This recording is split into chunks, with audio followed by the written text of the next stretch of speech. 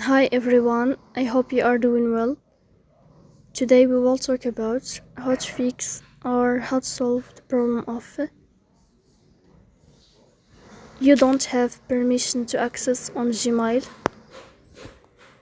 You will click on settings.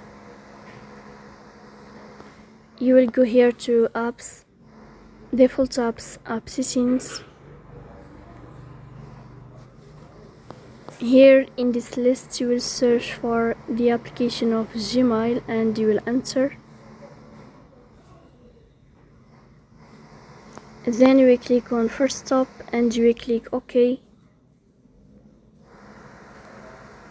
Here you will go to storage.